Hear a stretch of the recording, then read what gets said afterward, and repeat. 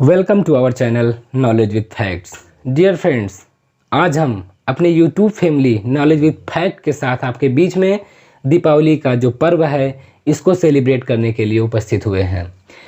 दीपावली का पर्व क्यों मनाया जाता है, दीपावली का पर्व किस लिए मनाया जाता है, आज हम उसके बारे में भी आपको बताएंगे। हालांकि ये जो सेशन है ना कोई एजुकेशनल सेशन है, ना ही इसमें किसी सब्जेक्ट के बारे में आज डिस्कस होगा। ये सिर्फ और सिर्फ एक छोटा सा वीडियो है जो आपको बहुत ही एनर्जेटिक और बहुत ही लाभदायक साबित होगा, ऐसा मेरा विश्वास है।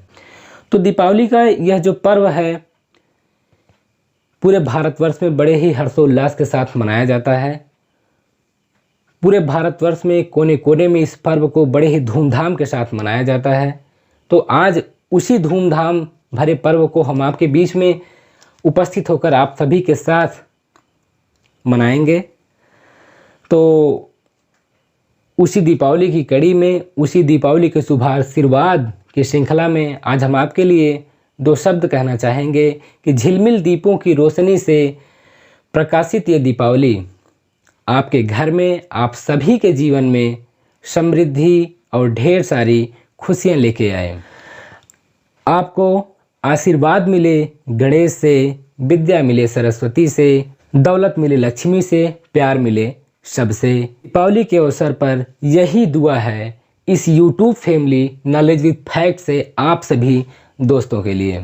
दीपावली का यह जो पर्व है किस लिए मनाया जाता है? दीपावली ऐसी मान्यता है कि दीपावली का यह जो पर्व है, भगवान श्री राम जब 14 वर्षों का वनवास पूरा करके अपने राज्य को वापस लौटने लगते हैं तो चारों तरफ दीपक जलाया जाता है, बहुत ही खुशी का माहौल रहता है।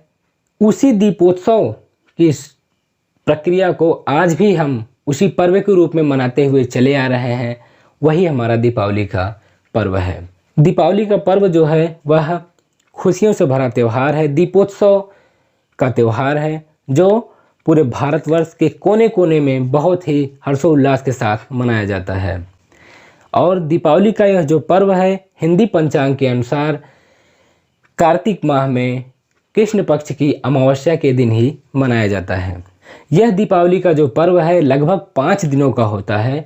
यह धनतेरस से शुरू होकर भैया दूज तक यह पर्व मनाया जाता है। हालांकि यह जो 2020 का वर्ष है किसी भी स्तर के लिए, चाहे वह स्टूडेंट्स हो या किसी भी स्तर का वह व्यक्ति हो, तो मेरे हिसाब से वह किसी न किसी तरह से पूरी तरह से अच्छा नहीं था। अगर स्टूडेंट्स की बात करें तो 2020 का जो वर्ष है वह बिल्कुल भी स्टूडेंट्स के एंगल से अगर देखते हैं तो बिल्कुल भी अच्छा नहीं था, क्योंकि इस 2020 में कोई नई वैकेंसी हमें देखने को नहीं मिली, कोई एग्ज़ाम्स ऑर्गेनाइज नहीं हो पाया। उसका जो सबसे बड़ा रीज़न था वह कोरोना की महामारी थी।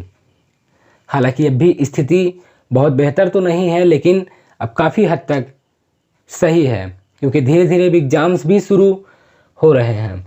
तो अभी तक जितनी वैकेंसियाँ, पुरानी वैकेंसियाँ जो पेंडिंग पड़ी हुई थी, तो अगर हम उसके बारे में सोचते हैं, अगर हम उसके बारे में अगर हम बात करते हैं तो अब धीरे धीरे वो वैकेंसियाँ, जो बड़ी बड़ी वैकेंसियाँ हैं, वो अब धीरे धीरे बहाल होंगी। उन बड़ी वैकेंसियों की श्रृंखला में सबसे पहले railway group D, railway NTPC, तमाम वैकेंसियाँ ऐसी छोटी छोटी उसके पीछे भी लगी हुई हैं, जो मेरे हिसाब से अब दिसंबर या ज़्यादा से ज़्यादा जनवरी 1, 2 या 3 वीक्स तक धीरे धीरे सारी वैकेंसियों का जो क्रम है वह धीरे धीरे प्रोसीजर में आके एग्ज़ाम को ऑर्गेनाइज कराएगा। तो यह 2020 की बात अभी हमने थोड़ी देर पहले आपसे की कि किसी न किसी एंगल से किसी के लिए भी अच्छा नहीं था, लेकिन हम विद्यार्थी हैं, हमें नकारात्मक नहीं सोचना है, हमें हमेशा सकारात्मक रहना है। क्योंकि नकारात्मक अगर हम सोचेंगे तो हमारे अंदर वैसी ही फीलिंग्स आएंगी। तो एक विद्यार्थी को हमेशा सकारात्मक होना चाहिए।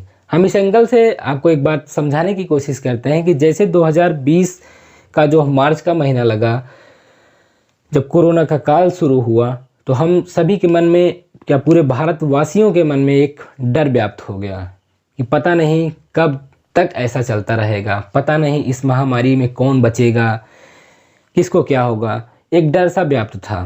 तो अगर हम अभी तक स्वस्थ हैं तो यह ईश्वर का वरदान ही है। तो हम इस एंगल को सोच के अगर हम चलते हैं कि अगर हम आज भी स्वस्थ हैं तो यह कहीं न कहीं ईश्वर का हमें वरदान हासिल हुआ है। तो हम उस वरदान को व्यर्थ नहीं जाने देंगे, ऐसा आज हम इस दीपावली के दिन आज हम प्रण करेंगे। इस वरदान को हम किसी भी तरह से जाया नहीं होने देंगे। ये वरदान अगर हमें ईश्वर ने दिया है तो हम अपने आप को काबिल बनाएंगे और किसी भी तरह से आने वाली वैकेंसियों में हम अपने लिए सीट सुरक्षित करेंगे। देखिए, आने वाली जो वैकेंसी है, चाहे वो रेलवे ग्रुप डी हुई, चाहे एनटीपीसी हुई, इन दोनों की अगर फॉर्म फिलअप की अगर हम बात करते हैं तो मेरे हिसाब से लगभग 2.25 करोड़ के फॉर्म्स पड़े हुए हैं। तो 2.25 करोड़ की भीड़ के बारे में अगर हम देखेंगे, 2.25 करोड़ की भीड़ के बारे में अगर हम सोचते हैं तो हम बहुत से बच्चे जो होते हैं वो बहुत हतोत्साहित हो जाते हैं कि बाप रे, इतने सारे लड़के हैं, कैसे एग्ज़ाम क्वालिफाई होगा, कैसे क्या होगा, किस तरह से पढ़ें। तो हड़बड़ाहट से कुछ होने वाला नहीं है। अगर इस तरह की परिस्थितियां अगर आपके साथ होती हैं तो आप सिर्फ एक सिंपल सा, एक साधारण सा एक तरीका आप सोच के देखिए कि यार भीड़ से हमें क्या लेना देना है, हमें तो सिर्फ एक सीट से मतलब है। और आप विश्वास मानिए कि 2.25 करोड़ की जो भीड़ होती है उसमें ओरिजिनल जो फाइट्स होती है मेरे हिसाब से 50 लाख 60 लाख से ज़्यादा आपकी फ़ाइट्स नहीं होंगी। बाकी भरे ही सारे भीड्स बढ़ाने के लिए 2.25 करोड़ फॉर्म पड़े हुए हैं, तो ये कोई मायने नहीं रखता है मेरे हिसाब से। तो एक अगर भगवान ने हमें वह मौका दिया है, ईश्वर ने हमें वह मौका दिया है, ईश्वर ने उस मौके से हमें नवाजा है, तो हमारा भी यह फ़र्ज़ बनता है कि हम अपने परिवार के लिए, अपने माँ बाप के लिए किसी भी तरह से, चाहे किसी भी हाल में हम एक सीट अपने लिए सुरक्षित करके ही दिखाएंगे, क्योंकि इससे अच्छी अपॉर्चुनिटी शायद अब हमें ना मिले। क्योंकि इतनी बड़ी वैकेंसी, तो मेरे हिसाब से अभी अगर ये वैकेंसी निकल जाती है आपके हाथ से तो इतनी बड़ी वैकेंसी मेरे हिसाब से भी रेलवे में 1-2 सालों तक तो किसी भी हाल में नहीं आने वाली है। तो इस दृढ़ संकल्प को हम आज अपने मन में प्रण करते हुए धारण करते हैं कि चाहे जो भी हो जाए, चाहे जैसी भी परिस्थितियां आ जाएं, हमें एक सीट अपने लिए सुरक्षित करके ही छोड़नी है। आई बात परिस्थितियों की, तो परिस्थितियां अगर मानव जीवन है तो परिस्थितियां तरह तरह की हमारे बीच में आती रहती हैं। तो हमें परिस्थितियों से कभी घबराना नहीं चाहिए। और ना ही बहुत से ऐसे बच्चे होंगे जो बहुत सारे एग्ज़ाम्स दिए होंगे, किसी एग्ज़ाम में एकदम फाइनल ग्रैंड मेरिट में छटे होंगे, किसी एग्ज़ाम्स में वह एकदम फाइनल में सिलेक्शन होते होते छट गए होंगे। तो उनके लिए मैं 2 शब्द कहना चाहता हूँ कि ख्वाब जिनके ऊँचे मदमस्त होते हैं, ख्वाब जिनके ऊँचे मदमस्त होते हैं, इम्तहान भी उनके ज़बरदस्त होते हैं। तो जो स्टूडेंट्स फाइनल पर पहुंच के डिस्क्वालीफाई हो गए हों किसी भी रीजन से, तो उन्हें किसी भी तरह से हतोत्साहित नहीं होना है, क्योंकि हो सकता है उससे भी बेहतर, उससे भी अच्छी नौकरी उनके लिए रखी हुई हो। तो कोरोना का जो यह काल बीता, हालांकि ये बहुत अच्छा तो नहीं था, लेकिन हमें सकारात्मक सोचना है कि हम चाहे जैसे भी हों, हम भाग्यशाली हैं। ईश्वर ने हमें यह मौका दिया है कि हम अपने आप को साबित करें, तो हम कहीं से भी चूकेंगे नहीं, हम किसी भी तरह से चूकेंगे नहीं और अपने आप को साबित करके दिखाएंगे।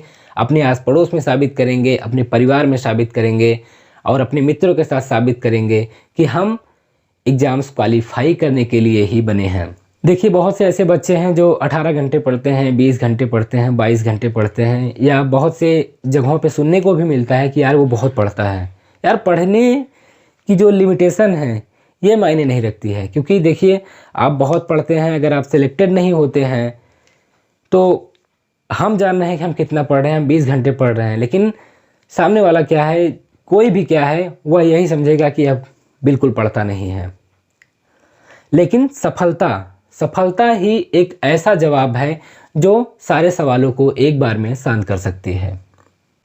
हम 1 भी घंटे नहीं पढ़ते हैं, अगर हम सफल हो जाते हैं तो यही जो हमारे आसपास का वातावरण है, यहीं से हमें जवाब सुनने को मिलेगा कि यार हो सकता है या रात में पढ़ता हो। तो हमेशा सकारात्मक रहिए और किसी भी परिस्थितियों में हमें डगमगाना नहीं है। आज दीपावली का जो पर्व है, हर्षोल्लास का जो पर्व है, आइए हमारे साथ मिलकर एक दृढ़ संकल्प होकर हम यह संकल्पित करें कि किसी भी हाल में हम अपने लिए एक सीट तो छीन के ही रहेंगे। तो इसी उम्मीद के साथ कि दीपावली का यह पर्व आप सभी के लिए बहुत ही सुखकारी होगा और यह दीपावली का पर्व आपके लिए इतना एनर्जेटिक होगा कि आप आने वाले समय में किसी भी एग्ज़ाम को बड़े ही आसानी से क्रैक कर देंगे। तो ये जाते जाते एक छोटा सा ये जो सेशन है मेरे हिसाब से आपके लिए एनर्जेटिक होगा और आप मेरे द्वारा कही गई हर बातों पे आप अमल करेंगे।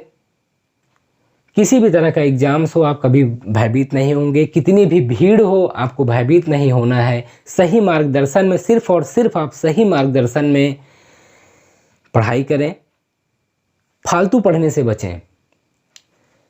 हमें वही चीज़ें पढ़ना है जो एग्ज़ाम्स में हमें पूछा जाएगा, क्योंकि सिलेबस बहुत इंपॉर्टेंट होता है। जो सिलेबस है, बिना सिलेबस के पढ़ाई करने से कुछ होने वाला नहीं है, क्योंकि अगर हमें जाना इस दिशा में है, अगर हम इस दिशा में चलना शुरू करेंगे तो हम अपने टारगेट पे कहाँ पहुँचेंगे।